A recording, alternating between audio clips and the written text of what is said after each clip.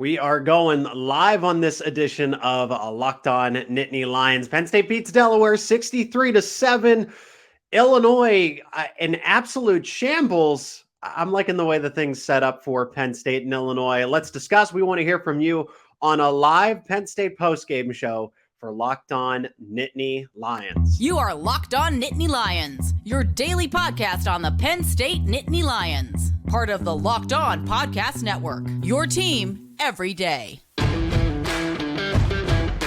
That is right. You are Locked On Nittany Lions. Thanks so much for making us your first listen and watch every single day. We are free and available wherever you get your podcast, part of the Locked On Podcast Network. I'm your host, Zach Seyko. We want to hear from you. Get your comments in the chat here on YouTube.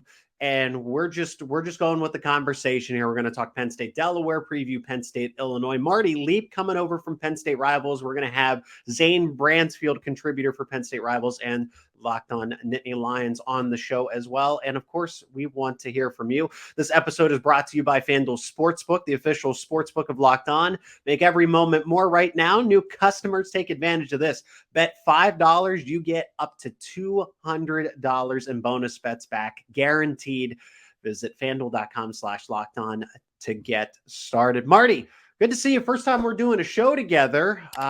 Been working together for Penn State Rivals for a little bit. Thanks for coming on the show. Glad to be here. Any excuse I get to talk about Penn State football, I will take it. So, happy to be here, man.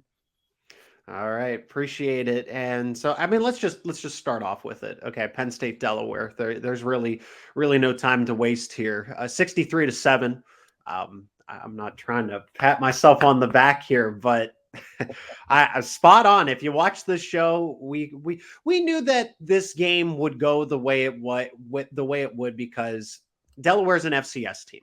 Penn State, for the first time in a couple of years, okay, yes, 2022, but thinking back to 2020 and 2021, where the ground game was just abysmal, and that's not something that Penn State, that's not the way they wanted to handle themselves. I get it. You went from 3 different offensive coordinators in 3 years. You went from Ricky Ronnie to Kirk Shiraka to then Mike Yurcich. And now Mike Yurcich just finally settled in, but you finally have this established ground game. And what I'm getting at is you can do this to opponents like Delaware, okay, where you can just say, hey, we're going to run it on first down. We're going to run it on second down. Heck, when it's 3rd and 6, 3rd and 7, we're confident enough to still run the football. And that's a nice privilege for Penn State to have.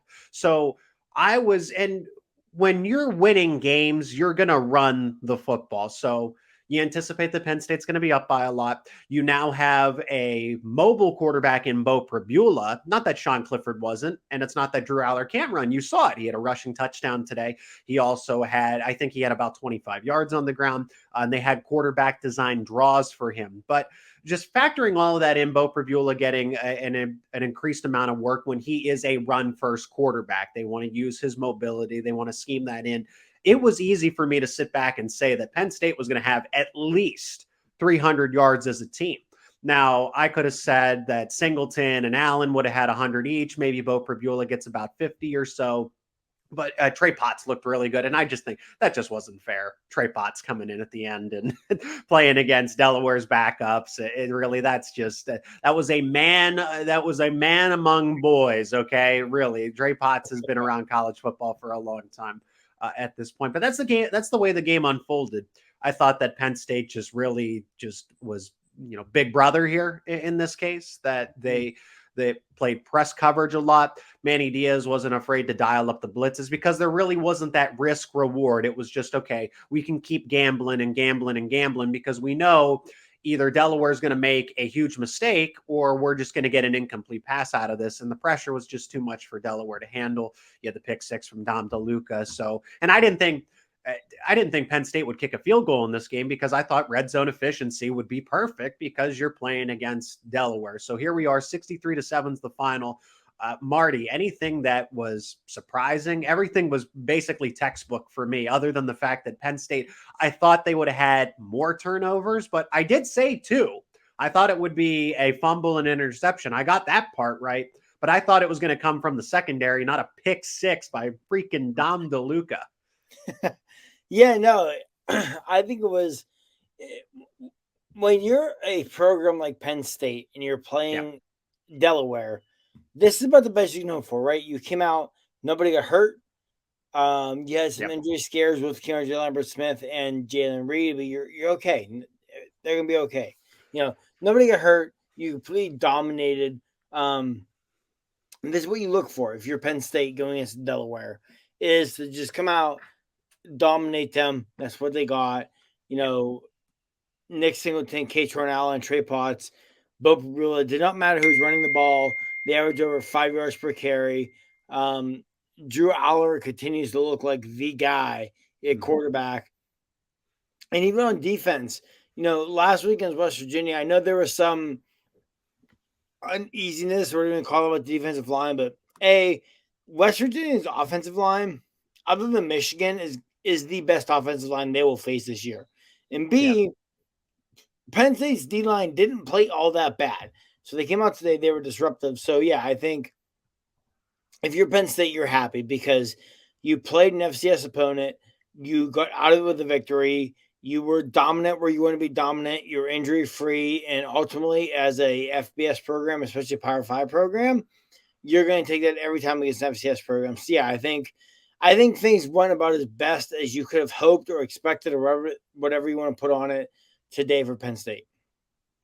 Yeah, I mean, and the conversation has to be about Drew Allar because I didn't have any questions about the ground game going into this. We know, I would say that maybe my stock is a little lower on Nicholas Singleton. I don't know if just today Katron Allen had a better week of practice going into this. I feel like that's what James Franklin judges a lot of these game plans on, is ride the hotter hand. Who is better in this week of preparation going into it? So 1 week you're going to have Katron Allen, another week for Nicholas Singleton. So I'm sitting back and I'm saying, okay, why didn't we get more than, I get it. Nicholas Singleton had the hat trick. He had 3 touchdowns. Kudos to him.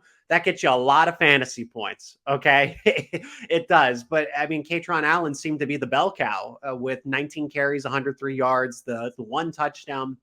It felt like Singleton was used pretty sparingly. It felt like even when Allen wasn't getting the football, he was getting a lot. He was just on the field much more so than Singleton was. And I'm sitting back and I'm like, okay, something wrong with Singleton. Are they just saving him? Because when I go to practice, he's always the first guy taking reps for the running backs. He's listed as the first. I know it's Singleton and Allen, but it's Singleton. Okay.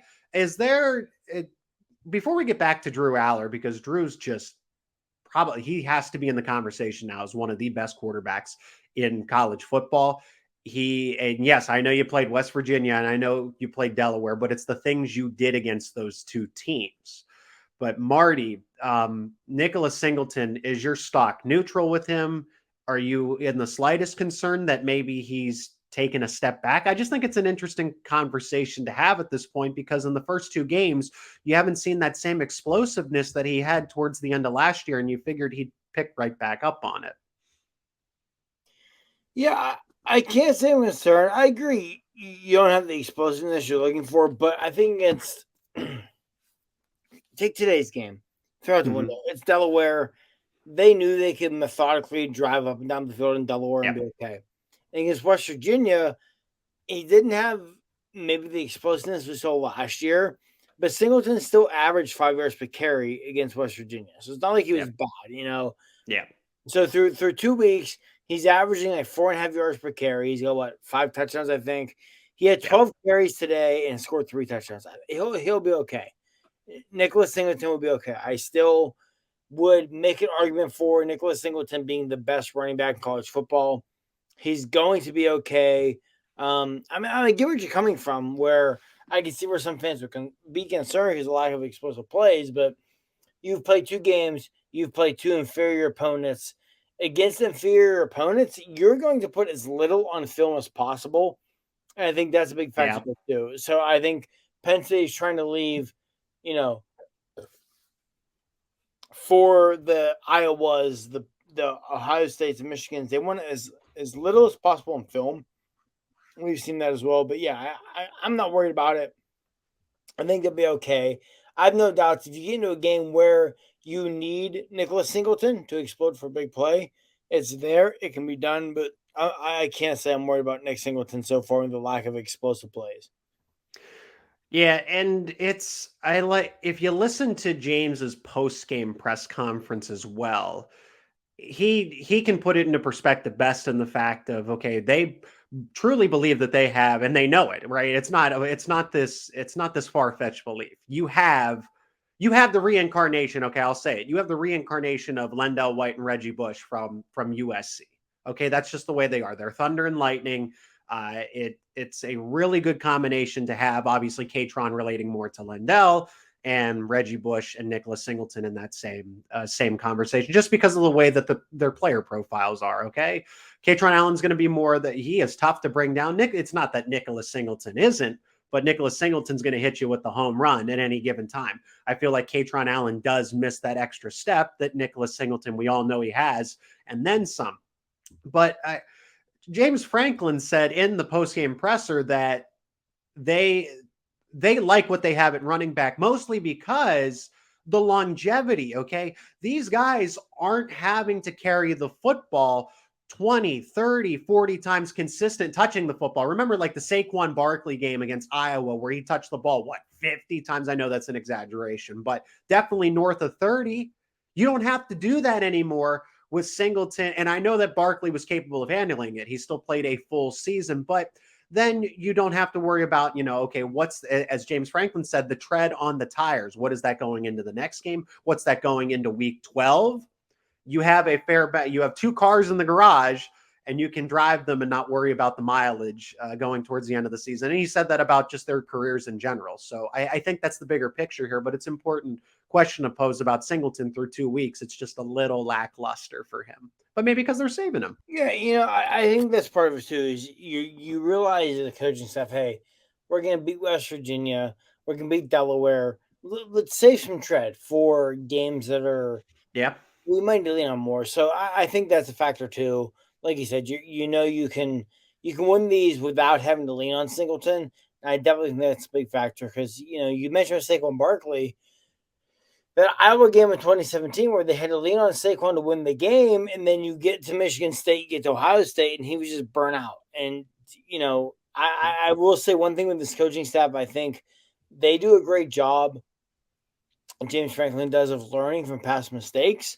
I think we see that with the amount of playing time Drew Allar got last year and Bo this year from the debacle in Iowa City in 2021 when they had to go take on Roberson. So I think that could be a factor too, where it's like, hey, you know what? This burned us in the past. Let's not let this happen again. So, but yeah, you're going to beat West Virginia and Delaware regardless. If that means Nicholas Singleton has less than stellar numbers and he saves a big explosive plays for Iowa, for Ohio State, for Michigan, I'm all for it because that's ultimately, if you're going to get where you want to get, those are the teams you're going to need those plays against anyway. And we're looking for your comments on this live episode of Locked On Nittany Lions, recapping Penn State and Delaware, and then ultimately getting into the conversation about the Fighting Illini and the Nittany Lions. Marty, we're going to bring in Zane in just a moment to talk about Drew Allar's performance and what this means for Penn State. Before we get to that, let's hear from one of our sponsors of today's episode, and that is Athletic Brewing Company. They are the best when it comes to the non-alcoholic brewing. So it is time for your game changer for today's broadcast. And it's going to be Dom DeLuca. Okay. Your game changer of the week is brought to you by Athletic Brewing Company. And Dom DeLuca gets it because of the pick six, especially because Dom DeLuca comes from the walk-on turned captain to serious contributor on not only special teams, but the defense, as you saw today with the pick six. And Athletic Brewing, like Dom DeLuca, completely changed the game, changed the non-alcoholic beer game, that is. They make non-alcoholic beers that actually taste good. They make non-alcoholic beers full of flavor, well-crafted, and just like full-strength beer. They brew over 50 styles of craft non-alcoholic beer, including IPAs, golden sours, and more. You can find Athletic Brewing Company's non-alcoholic brews at a store near you, or you can buy online at athleticbrewing.com. First-time customers use promo code LOCKEDON to get 15% off your first online order. That's promo code LOCKEDON at checkout for 15% off at athleticbrewing.com. Near beer, exclusions apply and conditions apply. Athletic Brewing Company, fit for all times.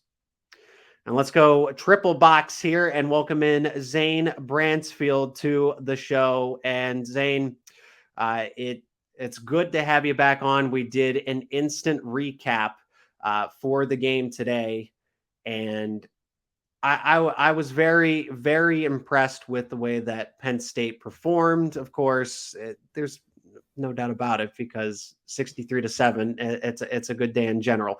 But let's focus on Penn State quarterback Drew Allar here in this case. Zane, we'll start with you. Drew Allar was efficient, okay? 22 of 26 to go along with his 21 of 29 performance against West Virginia. Doesn't turn the ball over, doesn't even put it really in harm's way against Delaware's defense. Delaware doing a good job of limiting the explosive plays. But what did you ultimately see from Drew in today's contest? The biggest thing I take away is that Drew just kind of sits back in the pocket and he's like super comfortable. And like, obviously the Penn State offensive line is incredible, but the couple times that like guys would slip off the outside and get inside to him, he didn't really care at all. He just kind of sat in there and trusted his guys and just made a perfect throw every time because he's Drew Allar. And honestly, he just did a good job. He just stayed calm. He stayed confident. He stuck with what he knew. He didn't try to just force the ball. He didn't just launch the ball down the field like 60 yards. He just went simple. He went easy, just 10, 20-yard plays, and just took it one play at a time. He wasn't looking too far ahead like, oh, no, we're only at the 10-yard line. What are we going to do? He was like just taking it one step at a time, getting each first down and working his way down the field. Yeah, and that's a veteran quarterback, is the fact that I like the way that Drew Allar has gone through his progressions, okay? First read's not there, and most quarterbacks just force that throw because that's essentially what they're told to do. But Drew Allar processes the game like a pro quarterback, like a veteran in college, okay, at the very least, a senior quarterback at college football, to say, hey, Keandre Lambert-Smith's not there. He's my first read. And he doesn't stare him down. He takes a quick check, not there. I like the way that he processes the game quickly, because most people will latch on to that first read. They'll stare at it and then finally make a decision. And then that's when they're getting hit. That's when a turnover comes and Drew's like, not there. Second read, quick, not there. Third read, it's there. And then it's delivered with accuracy. I think about the play where he completed one to Dante Cephas. And first play wasn't there. Delaware was all over it. They read the play design. And then the second read wasn't there on the left side. And then he rolls out to buy himself some time, and then throwing on the run across his body slightly, delivers it to Dante Cephas, Marty. And it's just very refreshing to have that kind of play. It's not to say that Sean Clifford was completely inaccurate and didn't know how to throw a football here, but that came, you don't have to, there wasn't that, oh man, he's going to totally miss this target. It is dead on to where he is aiming for a lot of the time so far. Yeah, and like I said earlier, it goes back to Drew. Drew has the ability to make a lot of throws, and a lot of guys just don't. They don't want to, and they can't make. Yeah, they don't want to attempt it. You're right. They don't want to attempt it because now they can't make it. We saw it last week. We saw it today. Watching him step up in the pocket and go through his progressions and fire the ball to a receiver is just so refreshing.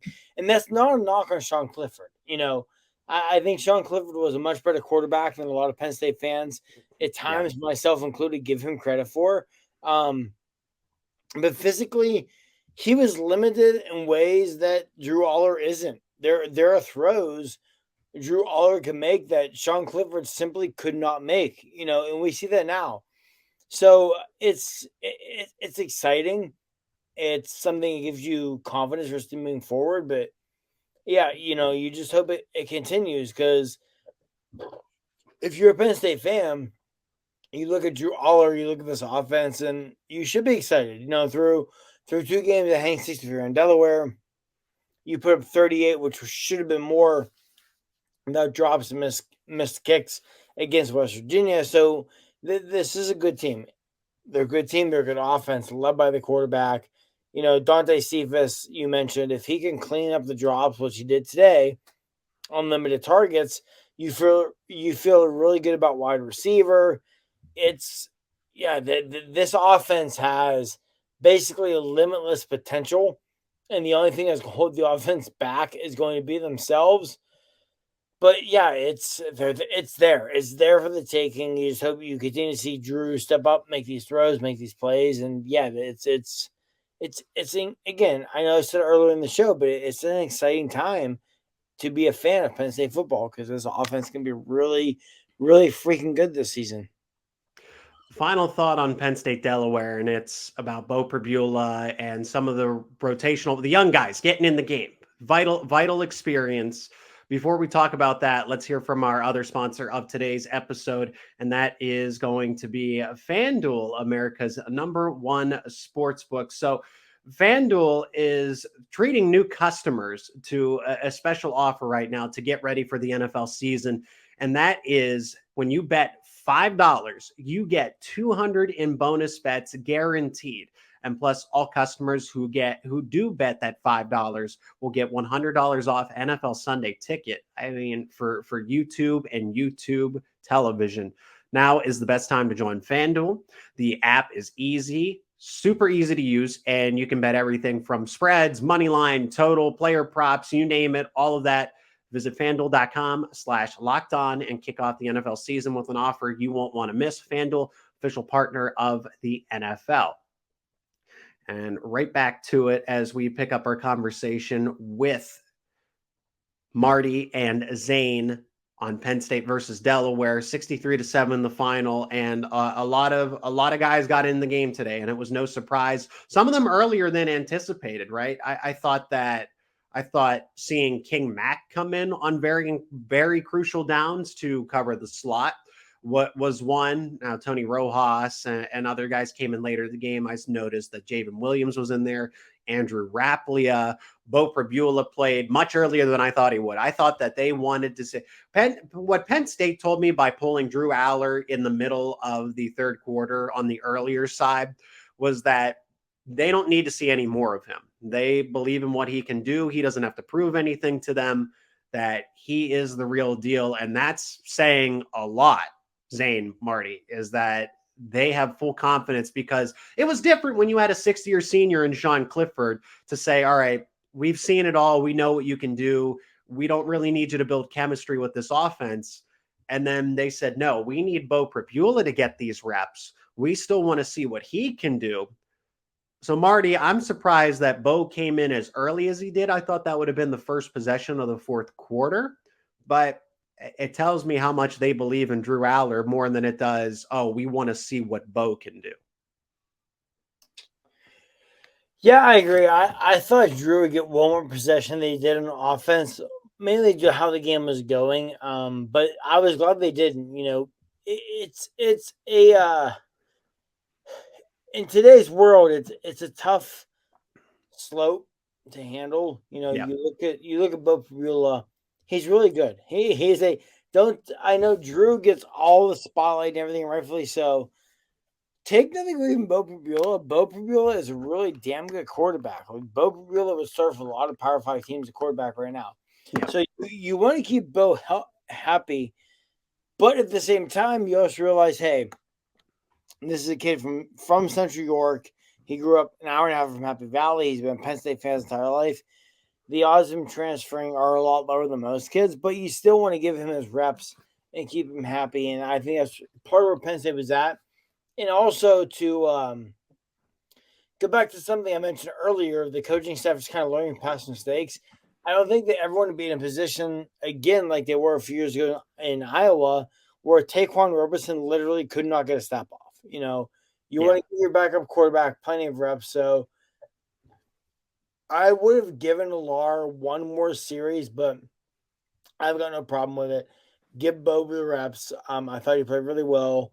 And yeah, I think this is as someone who's been a Penn State fan for a long, long time, this is the best shape the quarterback room has been in a long, long time. I go back through my life with Trace McSorley and Christian Hackenberg and Michael Robinson, Anthony Morelli, and just God, it was one way storm after another. I think this is the best spot this quarterback room season has been in a long time, and it's nice to see. But I think that's where we're at right now because I think Bo had earned these reps today and played really dang well. And just if you're Penn State, you want to see him continue to get these opportunities and play well. See, Zane, I actually disagree with that. Okay, all right. Hey, chime in here.